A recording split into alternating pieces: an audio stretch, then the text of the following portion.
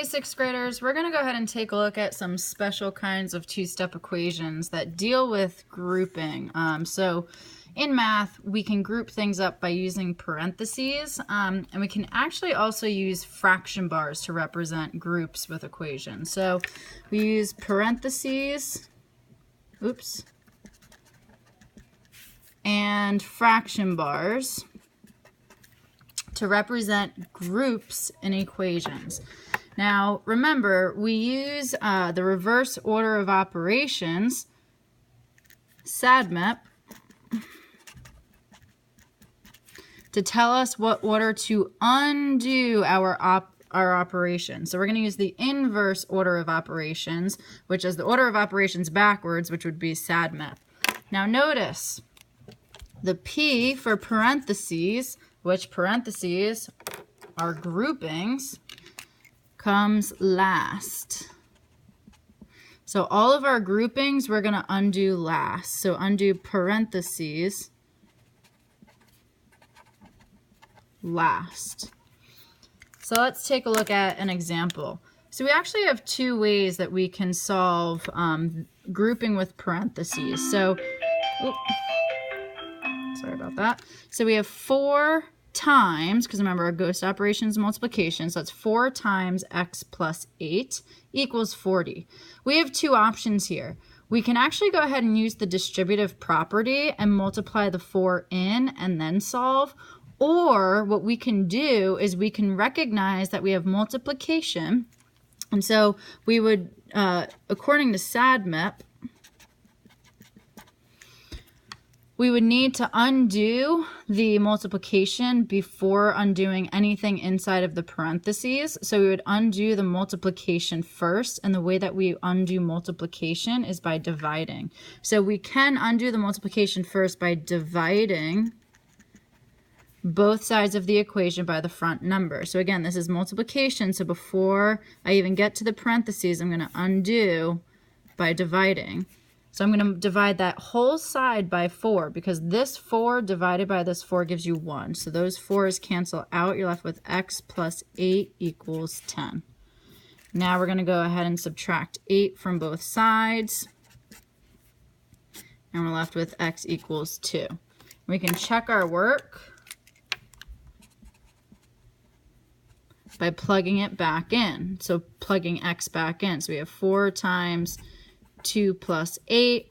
Now we're going to use our regular order of operations to solve this. We're going to use a PEMDAS triangle to solve this. So we're going to do parentheses first. This is going to be 4 times 10, which gives us 40 like we needed it to be. The other way we could have solved this was by using the distributive property, and then solve by using reverse order of operations. So we could go ahead and multiply this in, and we get 4x plus 32 equals 40.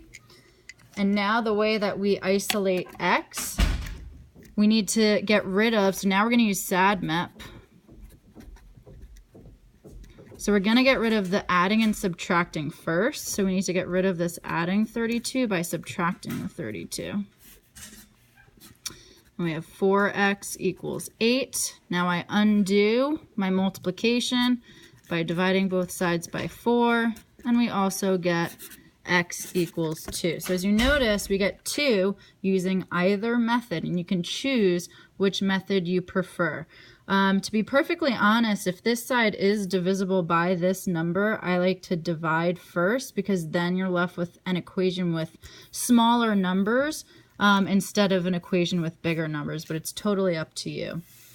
Let's take a look at if we have grouping with fraction bars. If you have a large fraction bar, you're grouping those top numbers. And recall, a fraction bar is a division symbol. So we will undo the division first by multiplying both sides by the denominator. So let's look at these examples. So you have x plus 8 over 4 is equal to 40.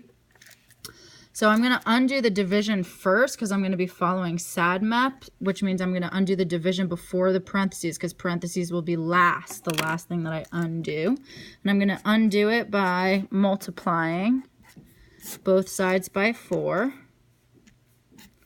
because the 4's cancel out. I'm left with x plus 8 equals 160. Now I'll go ahead and subtract 8 from both sides, and I get 152 is equal to x. We can check our work by plugging back in. So I have 152 plus 8, and then I'm going to divide that by 4. 152 plus 8 is 160 divided by 4. 160 divided by 4 is 40. Let's take a look at the second example. Oops. So we have 4 plus m all over negative 2 is equal to 10. I'm going to undo dividing by negative 2 by multiplying by negative 2. So I'm going to multiply both sides by negative 2. The negative 2's cancel out. I'm left with 4 plus m equals negative 20. Now I subtract 4 from both sides. I need to KCC this because that's a negative and I'm subtracting. So that's going to be the same thing as plus a negative. Negative 24 equals m. And again, we can plug back in and check our work. I'm just going to say it out loud because I've run out of room. 4 plus negative 24 would give us negative 20 divided by negative 2 does give us positive 10. So we know we did it correctly. All right, let's do a couple more examples together so we can make sure we're feeling really good with this. So for these first, for the first two, again, you have two options, and I'll show you both options again. The first thing we can do is divide first.